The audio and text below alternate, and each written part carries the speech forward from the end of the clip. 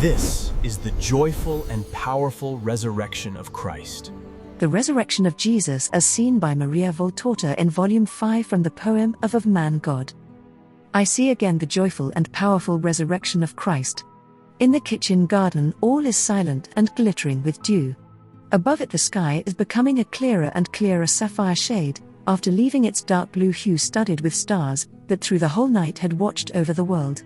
Dawn is driving back, from east to west, these still dark zones, like a wave that during the high tide advances more and more, covering the dark beach and replacing the grey dark shade of the damp sand and of the reef with the blue sea water.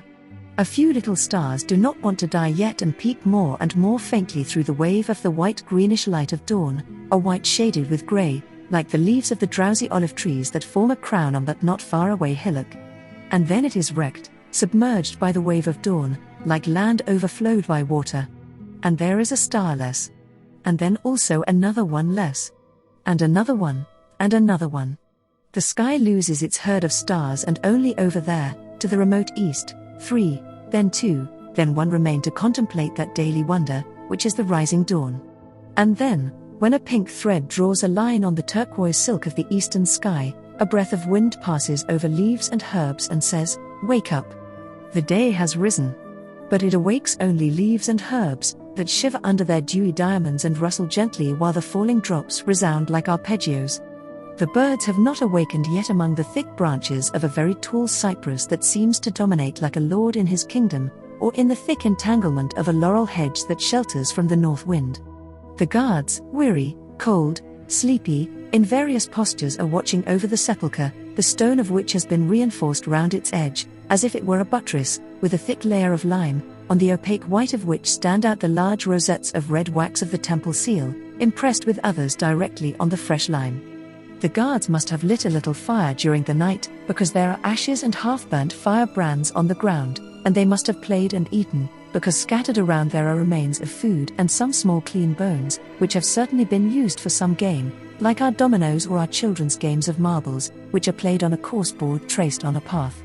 Then they became tired and left things as they are now, and they tried to find more or less comfortable postures to sleep or to keep watch, in the clear sky, where to the east there is now a completely rosy zone, which is spreading out more and more widely, but where, however, there are no sunbeams as yet. A very bright meteor appears, coming from unknown depths, and it descends like a sphere of fire of unsustainable splendor, followed by a glowing trail, which perhaps is nothing but the persistence of its brightness in our retinae.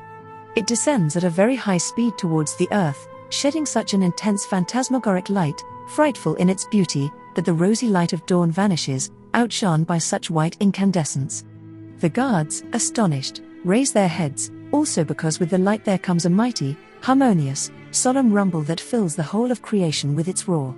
It comes from heavenly depths. It is the Alleluia, the angelical glory, that follows the Spirit of the Christ, which is returning to his glorious flesh. The meteor clashes on the useless closure of the sepulchre, tears it off, throws it on the ground, and it strikes with terror and noise the guards placed as jailers of the Master of the universe, producing with its return to the earth a new earthquake, as it had caused one when this Spirit of the Lord fled from the earth. It enters the dark sepulchre that becomes all bright with its indescribable light, and while it remains suspended in the still air, the Spirit is infused again into the body motionless under the funereal bandages. All this takes place not in a minute, but in the fraction of a minute, so fast have been the appearance, descent, penetration and the disappearance of the light of God. The I want of the divine Spirit to its cold body is noiseless. It is uttered by the essence to the immobile matter. But no word is perceived by the human ear. The flesh receives the order and obeys it with a deep sigh. Nothing else for some minutes.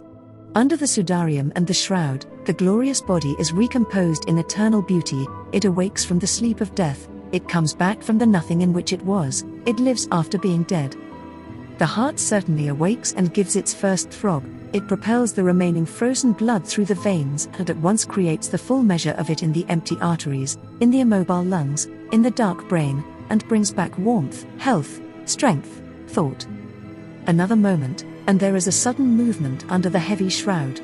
It is so sudden that, from the moment he certainly moves his folded arms to the moment he appears standing, imposing, splendid in his garment of immaterial matter, supernaturally handsome and majestic, with a gravity that changes and elevates him, and yet leaves him exactly himself. The eye has hardly time to follow the development, and now it admires him, so different from what the mind remembers, tidied up, without wounds or blood, only blazing with the light that gushes from the 5 wounds and issues from every pore of his skin.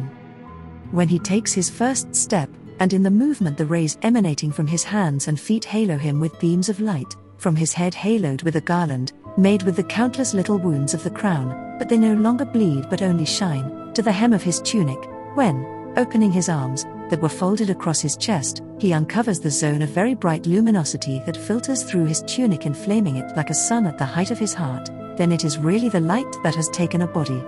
Not the poor light of the earth, not the poor light of the stars, not the poor light of the sun, but the light of God, all the heavenly brightness that gathers in one being and grants him its inconceivable azure as eyes, its golden fire as hair, its angelic whiteness as garment and complexion, and all that exists, but cannot be described by human words, the supereminent ardor of the most holy Trinity, that outshines with its ardent power every fire in paradise, absorbing him in itself to generate him again at each moment of the eternal time, heart of heaven that attracts and spreads his blood, the countless drops of his incorporeal blood, the blessed souls, the angels, everything there is the paradise, the love of God, the love for God, all this is the light that forms the risen Christ. When he moves, coming towards the exit, and the eye can see beyond his brightness, 2 most beautiful brilliances, but similar to stars compared with the sun, appear to me, one on this side, the other on the other side of the threshold, prostrated in the adoration of their God, who passes by enveloped in his light, beatifying with his smile, and he goes out, leaving the funereal grotto and going back to walk on the earth, that awakes out of joy and shines in its dews, in the hues of herbs and rosaries, in the countless corollas of apple trees, that open, by a wonder, to the early sun that kisses them, and to the eternal sun who proceeds under them. The guards are there, shocked. The corrupt powers of man do not see God, whereas the pure powers of the universe, the flowers, herbs, birds, admire and venerate the mighty one, who passes by in a halo of his own light and in an aureola of sunlight.